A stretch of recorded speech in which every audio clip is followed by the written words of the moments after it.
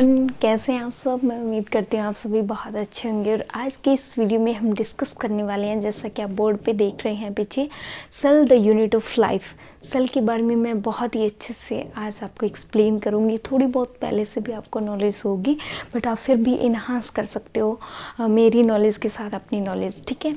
So cell the unit of life. और आप सभी को पता है कि हम सभी जितने भी लिविंग ऑर्गेनिज्म हैं वो किससे मिलकर बने हैं, सेल से मिलकर बने हैं। दैट्स वाई क्या कहा जाता है, cell is the building blocks of all living organism, ठीक है। सेल क्या होती है, हमारी structural and functional unit of life. सभी को पता है ना कि सेल की प्रॉपर जो है वो स्ट्रक्चर होती है, तभी तो हमारी अलग अलग शेप एंड स्ट्रक्चर है ना। सो सेल की एक प्रॉपर स्ट्रक्चर होती है और प्रॉपर वो एक फंक्शन परफॉर्म करती है, ठीक है। सो थोड़ा सा इसके बेसिक के बारे में जान लेते हैं। उससे पहले हम थोड़ा हिस्ट्री जानते हैं कि सेल को जो है वो किसने डिस्कवर किया था। जैसा कि आज हमें बहुत सारी नॉलेज पता है, लेकिन ये नॉलेज किसने हमें दिलाई, ठीक है, उनके बारे में जानना भी हमारा थोड़ा सा फ़र्ज़ बनता है। तो हिस्ट्री के बारे में सबसे पहले हम देखेंगे। तो बेसिकली यहाँ पे हम 3 साइंटिस्ट के बारे में जिक्र करते हैं। रॉबर्ट हुक, ठीक है, रॉबर्ट हुक के बारे में स्टडी करेंगे, किस ईयर में इसने क्या किया। रॉबर्ट हुक के बाद में फिर रुडोल्फ विर्चो के बारे में देखेंगे कि इसने क्या कहा था।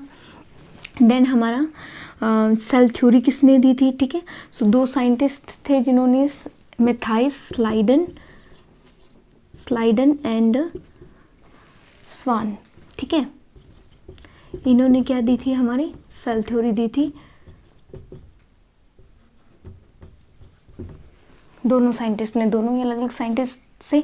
सो ज़्यादा डिटेल में जाने से पहले सबसे पहले हम बात करते हैं रॉबर्ट हुक के बारे में। रॉबर्ट हुक ने 1665 में सबसे पहले डेड सेल को डिस्कवर किया था। किसको इसने चेक किया था, डेड सेल को, ठीक है। और उसने कहा था कि सेल की एक प्रॉपर शेप होती है और इसमें एम्प्टी होता है, स्पेस जो है वो खाली है, ठीक है। ये बात कही थी रॉबर्ट हुक ने। और उसने कहा कि सेल की जो स्ट्रक्चर है वो like honey bee of com, जिस तरह से मधुमक्खियों का छत्ता होता है वैसी जो है इनकी अरेंजमेंट होती है सेल। ये बात बताई हमारे रॉबर्ट हुक ने। After the advent of microscope के बाद में, फिर बहुत पहले सिंपल माइक्रोस्कोप से उसने देखा था, उसके बाद में एडवांस माइक्रोस्कोप की डिस्कवरी के बाद में 1674 में हमारा रुडोल्फ विर्चो आए। इन साइंटिस्ट ने क्या कहा था, सॉरी रुडोल्फ विर्चो नहीं है यहाँ पे, इसने तो सेल थ्योरी को एक्सटेंड किया था। ये दोनों ही सेल थ्योरी वाले हैं। जो लिविंग सेल को जिसने डिस्कवर किया था उसका नाम है एंटन वॉन लीवेनहोक, ठीक है। ये साइंटिस्ट आए हमारे, इन्होंने फर्स्ट टाइम जो है वो पॉन्ड वाटर में किसको चेक किया था, सेल को, लिविंग सेल को। बेसिकली इसने क्या देखा, लिविंग सेल को इसने जो है वो चेक किया, एंटन वॉन लीवेनहोक ने। ये आप ऐसा मान सकते हो इसी का एक स्टूडेंट था जिसने फर्दर जो है वो डिस्कवरी कर दी। रॉबर्ट हुक नाम आ रहा है ना दोनों का। Robert Hooke scientist first time discovered the 1665 में उसने सबसे पहले डेड सेल को डिस्कवर किया और कहा कि किस में देखा था, बार्क में, ठीक है। बार्क किसकी, प्लांट की जो आउटर लेयर होती है उसकी बार्क में उसने देखा। एंड देन हनी बी के कॉम्ब में देखा, मधुमक्खियों के छत्ते में इसने देखा कि एम्प्टी स्पेस होता है और इस तरह से अरेंजमेंट होती है। उसके बाद में हमारा साइंटिस्ट है एंटन वॉन लीवेनहोक। इस साइंटिस्ट ने क्या कहा, इसने पॉन्ड वाटर में देखा कि सेल जो होती है लिविंग है, उसमें कुछ जो है सेल के अंदर जो है कुछ प्रोटोप्लाज्म, उसने थोड़ी बहुत मूवमेंट देखी माइक्रोस्कोप में, तो उसने कहा नहीं ये तो लिविंग है। उसके बाद में हमारे हैं मैथाइस्लाइडन और सचवान। ये मैथाइस्लाइडन ये क्या है, हमारा जर्मनी का ये था, बॉटनिस्ट था जो कि प्लांट पे स्टडी कर रहा था। और ये जो है स्वान जो है एक बर्ड से रिलेटेड, ये जूलॉजिस्ट है, ठीक है, ब्रिटिश का जूलॉजिस्ट था। और ये एनिमल पे स्टडी कर रहा था, ये प्लांट पे स्टडी कर रहा था, ठीक है, प्लांट पे और ये एनिमल्स पे स्टडी कर रहा था। तो इन्होंने कहा कि हाँ ये बात तो ठीक है। इन्होंने पता लगाया कि ऑल द जो मैथाइस्लाइडन ने कहा कि all the plant are made up of cells and the product of cells से मिलकर बने हुए हैं। ये बात इसने कही। सेम बात उसने की जूलॉजिस्ट वाले ने कि ठीक है, हाँ बिल्कुल सही बात है, all the living organism are made up of cells. Cells जो होती है वो वेरी करती है शेप एंड साइज में and may vary in the structure also, but they all are made up of cells, ठीक है। इसके बाद में इसने अपने एरिया को छोड़ के कुछ प्लांट के बारे में भी थोड़ी बहुत डिस्कवरी की और कहा कि जो सेल वॉल है ना वो यूनिक फीचर है किसका, प्लांट का, unique feature of all the plants, some plants, ठीक है। मतलब प्लांट्स के बारे में भी इसने बता दिया, अपने फील्ड के अलावा भी दूसरे फील्ड के बारे में भी झांक लेता है ये इंसान, ठीक है। कि all the plants possess the cell wall, और ये यूनिक फीचर्स है सभी प्लांट का। कि जबकि सेल वॉल वाली बात जो है वो इसने स्लाइडर ने नहीं बताई थी, लेकिन सचवान ने बता दिया था। इन 1838 में तो स्लाइडर ने थ्योरी दी थी कि all the plants are made up of living cells, और 1839 में जो है स्वान ने बताया कि all the living organism are made up of cells and cell wall is the unique features of all the plant, ठीक है। ये बात स्वान ने बता दी। इसके बाद में इन दोनों की थ्योरी जो है वो ज़्यादा मतलब ठीक है, माना गया कि हाँ बहुत सही बात बताई, लेकिन फाइनल शेप जो है इनकी थ्योरी को दी थी रुडोल्फ विर्चो ने दी थी।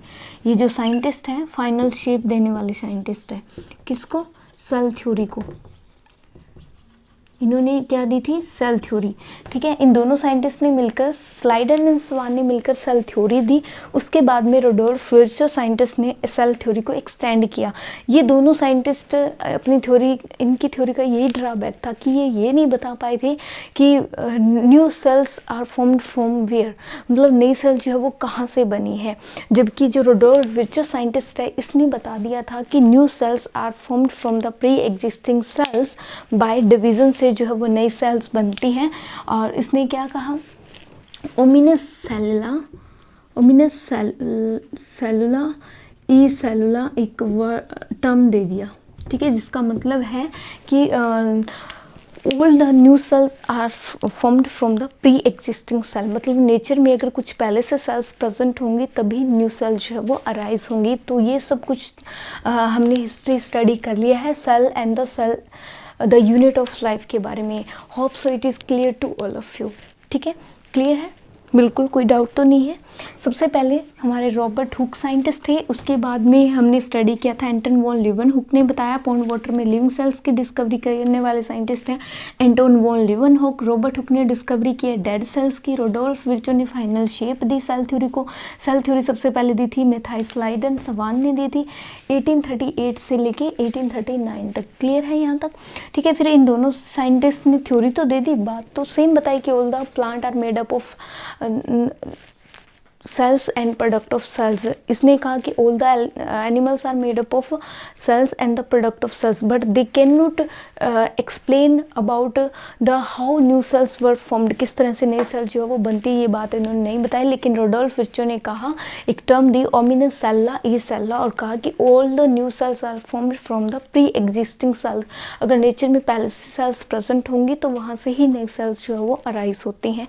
सो ये कुछ बेसिक इन्फॉर्मेशन थी। हिस्ट्री हमें जानना बहुत ज़रूरी होता है, जिन सेल के बारे में आज हम अच्छे से जानते हैं, ठीक है। तो इन्होंने इतनी मेहनत की थी तो डेफिनेटली हमें इनके बारे में भी ज़रूर स्टडी करना चाहिए। सेल आई रब दिस, ये सभी कुछ आप ना अपनी नोटबुक में ना नोट डाउन कर लीजिए, ताकि इन फ्यूचर मतलब आपको जो है वो अगर आपने खुद से नोट्स बनाए हो तो आपको दिक्कत नहीं आती, ठीक है, समझ गए। अब हम जान लेते हैं सेल के बारे में। सेल क्या है basically. Here you can see the structure of cell, clear है। दिस मैं आपको बेसिक इंफॉर्मेशन जो है वो सेल के बारे में दे रही हूँ, ठीक है। ये बेसिक एक स्ट्रक्चर समझ लीजिए कि सेल की क्या होती है, प्रॉपर एक क्या होती है, स्ट्रक्चर होती है, एंड वो एक प्रॉपर क्या करती है, फंक्शन परफॉर्म करती है। ये है basic definition of the cell. Cell is the structural and functional unit of the cell. जैसे सपोज यहाँ पे मैं एक सेल बना रही हूँ, ये है हमारे न्यूरॉन की सेल, ठीक है। This is the nerve cell. इसकी क्या है, आप क्या देख पा रहे हैं, शेप क्या है, डिफरेंट है, ठीक है। फंक्शन भी क्या होगा, डिफरेंट होगा, क्योंकि शेप की स्ट्रक्चर भी अलग है, लेकिन ये भी एक सेल है। और this one also the cell. ये स्फेरिकल शेप की सेल है, और ये आपको पता है longest cell which is found in our body, ठीक है, ये नर्व सेल है। बट इनके बेसिक इन्फॉर्मेशन जो मैं आपको सेल के बारे में बताऊंगी वो बिल्कुल सेम होगी। जैसे कि कोई भी सेल है ना, तो उसकी एक आउटर लिमिटिंग बाउंड्री होती है जिसको हम कॉल करते हैं प्लाज्मा मेम्ब्रेन। इसको पहले क्या कॉल किया जाता था? सेल मेम्ब्रेन, पहले इसे कॉल करते थे cell membrane. But now we call, इसके बारे में अब हमें कंप्लीट इन्फॉर्मेशन पता है। So name of the outer thin wall that is the cell plasma membrane. ठीक है, जिसे पहले पास्ट में सेल मेम्ब्रेन के नाम से जाना जाता था। इस सेल मेम्ब्रेन को जैसे ही क्रॉस करके आप अंदर जाएंगे तो आपको एक फ्लूइड मिलेगा, ठीक है, एक विस्कस फ्लूइड मिलेगा जिसको हम बोलते हैं साइटोप्लाज्म। क्लियर है? साइटोप्लाज्म। और इसके सेंटर पे जो मेन, जिसकी वजह से जो है ये सेल जिंदा होती है, इसको हम कॉल करते हैं जेनेटिक मटेरियल। जेनेटिक मटेरियल का मतलब होता है डीएनए या आरएनए प्रेजेंट होता है, जो कि मेन कंट्रोलर होता है सेल का। और आप ऐसे कह सकते हैं जैसे सपोज कोई स्कूल होता है, स्कूल को मेंटेन करने के लिए प्रिंसिपल होता है ना, सभी टीचर्स को देखने के लिए, स्टूडेंट्स को देखने के लिए। दैट्स लाइक यहाँ पे क्या है, हमारा न्यूक्लियस है, ताकि सारी एक्टिविटी जो है सेल की कौन देख रहा है? हमारा न्यूक्लियस। न्यूक्लियस के जस्ट आउटसाइड, न्यूक्लियस क्या होता है? डबल मेम्ब्रेन बाउंड ऑर्गेनल है। ठीक है, membrane bound, double membrane bound organelles है। इसके बाहर आपको पता है क्या प्रेजेंट होते हैं साइटोप्लाज्म में? फ्लोटिंग साइटोप्लाज्म में हमारे क्या होते हैं? सब सेलर ऑर्गेनल ही प्रेजेंट होते हैं। ठीक है, क्या है? माइटोकॉन्ड्रिया शॉर्ट फॉर्म में यहाँ पे लिख रही हूँ। देन हमारे क्या प्रेजेंट होंगे? राइबोसोम।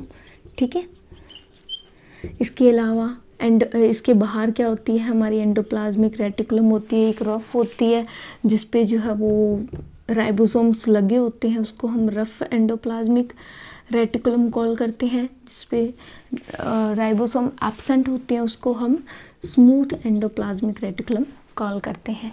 यहाँ तक क्लियर है? इसी तरह के कुछ जैसे कि वेसिकल्स प्रेजेंट हो गए, गोल्गी बॉडी हो गई, ठीक है, ये सारा कुछ किस में प्रेजेंट होता है? एक बेसिक स्ट्रक्चर ऑफ सेल में प्रेजेंट होता है। बट यूकैरियोट्स में, प्रोकैरियोट्स में सब सेलर ऑर्गेनल्स नहीं होंगे, राइबोसोम प्रेजेंट होगा और नेक्ड जो है वो ट्रू न्यूक्लियस भी जो है वहाँ पे एब्सेंट होगा। इसके बारे में, बेसिक डिफरेंस के बारे में मैं थोड़ा बाद में बताऊंगी, लेकिन बेसिक सेल की स्ट्रक्चर के बारे में जान लीजिए कि क्या होती है। एक आउटर थिन बाउंड्री होती है जिसको हम प्लाज्मा मेम्ब्रेन कॉल करते हैं।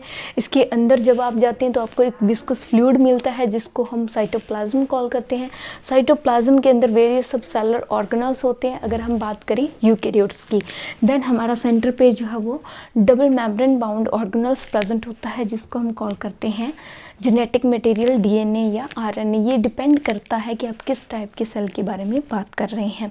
ठीक है, तो ये कुछ बेसिक आइडिया आपको हो गया होगा। अब हम बात करते हैं, थोड़ा सा मैं आपको और क्लियर कर देती हूँ।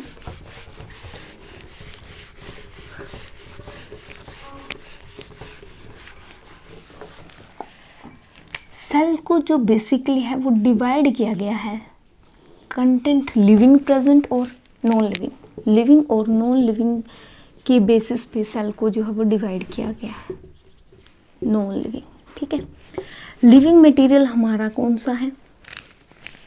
एक तो है हमारी प्लाज्मा मेम्ब्रेन, लिविंग है। दूसरा है हमारा साइटोप्लाज्म। ठीक है, साइटोप्लाज्म के अंदर आपको पता है क्या प्रेजेंट होता है? एक तो आपका न्यूक्लियस प्रेजेंट है और सब सेलर ऑर्गेनल्स। ठीक है, सब सेलर ऑर्गेनल्स में आपके एंडोप्लाज्मिक रेटिकुलम आ गया, माइटोकॉन्ड्रिया आ गई, राइबोसोम्स आ गए। ठीक है, ये हमारे सारे क्या है? यूनिसेल, मतलब लिविंग मटेरियल प्रेजेंट है जो कि सेल में प्रेजेंट है। ठीक है, वेसिकल्स हो गए, गोल्गी बॉडी है, ये हमारा लिविंग कंटेंट है। ठीक है, प्लाज्मा मेम्ब्रेन को सेल मेम्ब्रेन भी कॉल करते हैं। ठीक है, ये आपको पता ही है। इसके अलावा नॉन लिविंग मटेरियल आपको पता है कौन सा होता है? जैसे कि सेल वॉल, जो कहाँ पे प्रेजेंट होती है? प्लांट में। ठीक है, एनिमल्स में नहीं प्रेजेंट होती। इसके अलावा हमारा वैक्यूल, ये भी हमारा नॉन लिविंग मटेरियल है जिसमें वेस्ट मटेरियल जो है और रिजर्व रहता है, प्रिजर्व रहता है, इसके अंदर स्टोर रहता है। ठीक है, इसके अलावा ग्रेन्यूल्स हैं, ठीक है, और कुछ एक और होंगे, ठीक है, जो अभी मुझे याद नहीं है, बट लगभग इतने ही हैं जो नॉन लिविंग हैं। एक सेल के अंदर ये चीज़ें जो है वो नॉन लिविंग की तरह एक्ट करती हैं और ये जो है वो लिविंग मटेरियल की तरह एक्ट करता है। क्लियर है इतना कुछ? सेल क्या होती है? Building blocks of all living organism. Good. Second characteristics क्या है? It is a structural and functional unit of life. Very good. Third characteristics क्या है? जो क्या होती है? Cell wall present only in plant but not in animals. ठीक है, एनिमल्स में नहीं होती। दूसरा, प्लास्टिड जो है, क्लोरोप्लास्ट, जो फूड बनाते हैं ना प्लांट, वो इनमें प्रेजेंट होता है, हमें नहीं होता है। इनके बेसिक डिफरेंस के बारे में हम जो है वो नेक्स्ट वीडियो में बात करेंगे। सो कैसे लगी आज की मेरी वीडियो? मैं उम्मीद करती हूँ आपको मेरा लेक्चर ज़रूर पसंद आएगा। अगर आपको मेरी वीडियो अच्छी लगती है, मेरा लेक्चर पसंद आया, सो प्लीज़ इसे ज़्यादा से ज़्यादा शेयर कीजिए, लाइक कीजिए, and please don't forget to like, share and subscribe my channel. ठीक है, मेरे चैनल को सब्सक्राइब करना मत भूलिए। Thank you.